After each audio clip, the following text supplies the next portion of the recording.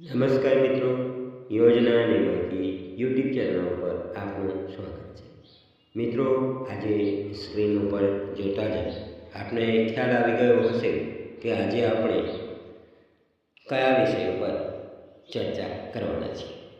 તો મિત્રો, આપણે હજી સુધી અમારા ચેનલ યોજના અને માહિતીને સબસ્ક્રાઈબ ન કરી તો સબસ્ક્રાઈબ કરી લેજો અને અમારા વિડીયો ગમે તો લાઈક પણ કરજો અને આપણા મિત્રો સુધી શેર કરજો, જેથી તેઓને પણ અવનવી માહિતી મળતી રહે અને સાથે સાથે આવી જ માહિતી મળતી રહે અને લોકોને એ માટે આપણા ફ્રેન્ડ અથવા તો સગા સંબંધી કે મિત્રોમાં તેમના મોબાઈલમાં અમારા ચેનલ યોજના અને માહિતી સબસ્ક્રાઈબ કરી આપવા વિનંતી.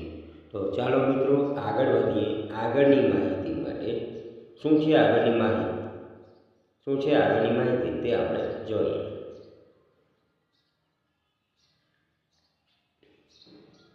મિત્રો, આ ખેડૂત પોર્ટલ તારીખ 1 તારીખથી શરૂ થવા જઈ રહ્યો છે, જે 7 દિવસ માટે આ ખેડૂત પોર્ટલ ખુલ્લું મુકાશે, જેમાં કુલ 38 પ્રકારની યોજનાઓ જે છે એમના માટે આપ અરજી કરી શકશો.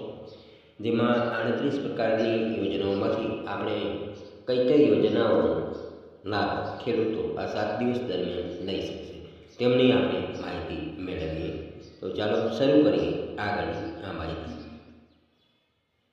ખેડૂત મિત્રો, આપણે વાત કરીએ તો કાપણીના સાધન સારી યોજના જે છે, જેમાં આપણે ઘણી બધી યોજનાઓની ખૂબ જ મોટી પ્રકારના લાભો જોવા મળે છે અને આપણે દર વર્ષે આ રીતનું આ ખેડૂત પોર્ટલ પર ખુલ્લું પણ મૂકવામાં આવે છે, જેમાં કેટલાક કાપણીના સાધનો છે જે આપ સ્ક્રીન ઉપર જોઈ રહ્યા છો, તેમજ અન્ય પણ આવી યોજનાઓ હોય છે એ પણ આપણે અવારનવાર મૂકીએ છીએ અને મૂકતા રહીશું.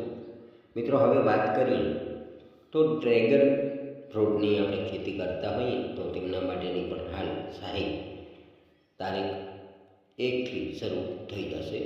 માટે જે ખેડૂત ફોર્મ ભરવા માંગતા હોય તે નજીકના CSC સેન્ટર અથવા તો ગ્રામ પંચાયત કચેરી અથવા તો નજીકના તાલુકા પંચાયત કચેરીથી તેમના ફોર્મ ભરાવી શકે છે, અથવા તેઓ પોતાના મોબાઈલથી પણ ભરી શકે છે, એટલે કે સેલ્ફ તરીકે પણ ભરી શકે છે.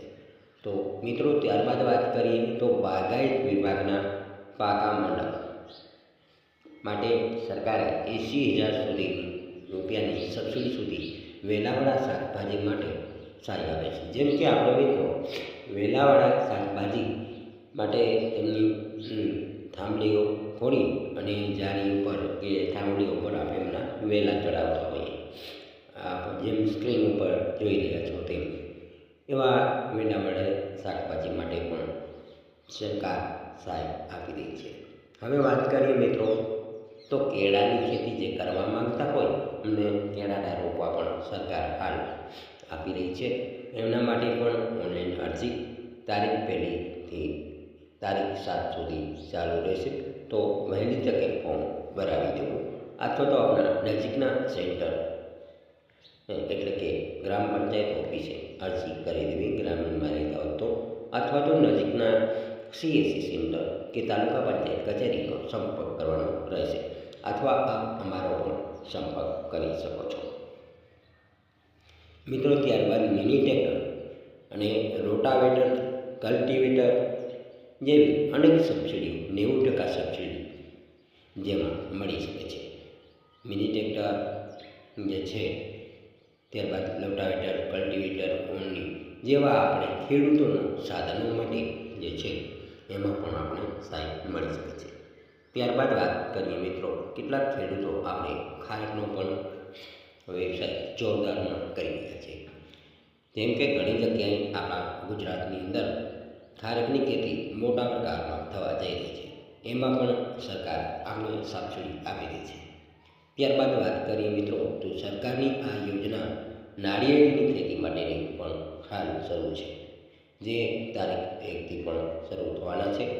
જે લોકોએ સેઢા પાડ્યા અથવા તો આખા ખેતરમાં અડધામાં વાવેલું હોય તેમને પણ સહાય સરકાર આપી રહી છે. અને મિત્રો આપણે બનતી કોશિશ કરશું કે આવા દરેક ફોર્મ કઈ રીતના ભરવા એમના વિશે પણ આપણે ટૂંક સમયમાં વિડીયો મૂકશું. મિત્રો, નાળિયેરી જે લોકોએ નાળિયેરી વાવેલી હોય તેઓ વહેલી તકે આ યોજનાનો લાભ લેવા માટે તેમને નાળિયેરી જીએસટી સરકારી બિલ સાથે જે નાળિયેરી ખરીદેલી હોય એમનું જીએસટીવાળું બિલ જોશે. ત્યારબાદ તેમનું દવાનું બિલ જોશે. ત્યારબાદ દવા એટલે કે એગ્રોમાંથી દવા લીધેલી હોય નાળિયેરી માટે એ. ત્યારબાદ તેમનું ખાતર નાખવા માટેનું વાઉચર, મજૂરીનું વાઉચર, ખાડા ખોડાવવા માટે ટ્રેક્ટર, જેસીબી અને ટ્રેક્ટરના પણ વાઉચર, જે ટ્રેક્ટરથી આપણે ખાતર નાખતા હોઈએ તેમના પણ વાઉચર બનાવી શકશો.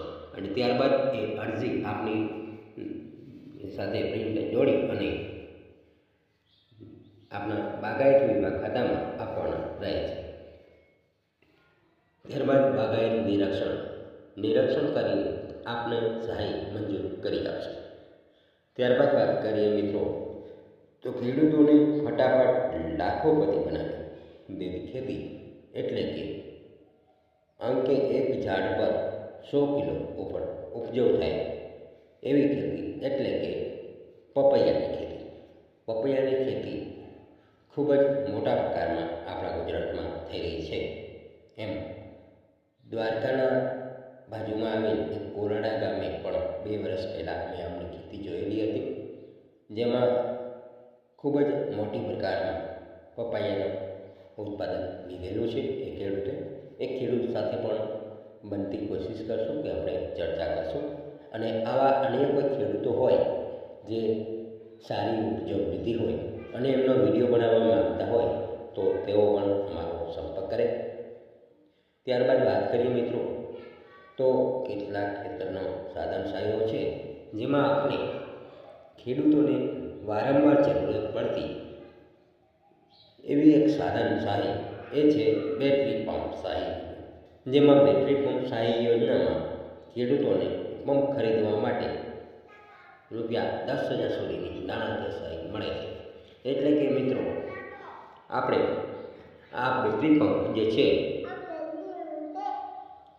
જેમના માટે 3,000 રૂપિયા સબસિડી મળી રહી છે.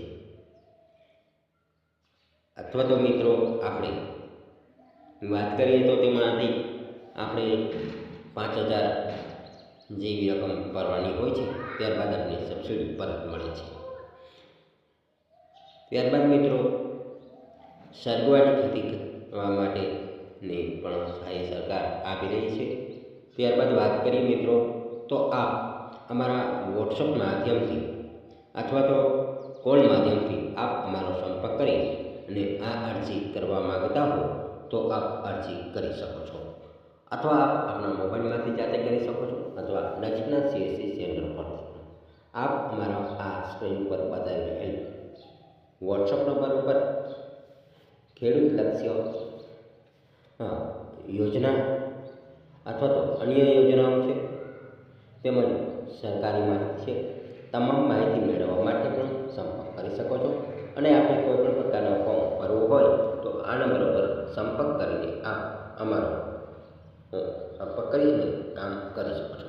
જો આપણા ગામમાં ગ્રામ પંચાયત ઓપરેટર કોઈ કામમાં બીજી હોય અથવા તો CSC સેન્ટરે આપણે જવાનો સમય ન હોય તો આપ અમારો સંપર્ક કરીને પણ અરજી કરી શકો છો. ફરી મળીશું મિત્રો આવી જ માહિતી લઈને. ત્યાં સુધી અમારા ચેનલ યોજના અને માહિતી લાઈક કરી દેજો, શેર કરજો અને સબસ્ક્રાઈબ કરી દેવા બોલતા નહીં. ફરી મળીશું ત્યાં સુધી અમારા ચેનલને શેર કરતા, અમારા ચેનલને સબસ્ક્રાઈબ કરતા રહેજો અને અમારા વિડીયો ગમે તો લાઈક અને શેર કરતા રહેજો. ફરી મળીશું ત્યાં સુધી સૌને મારા જય દ્વારકાધીશ.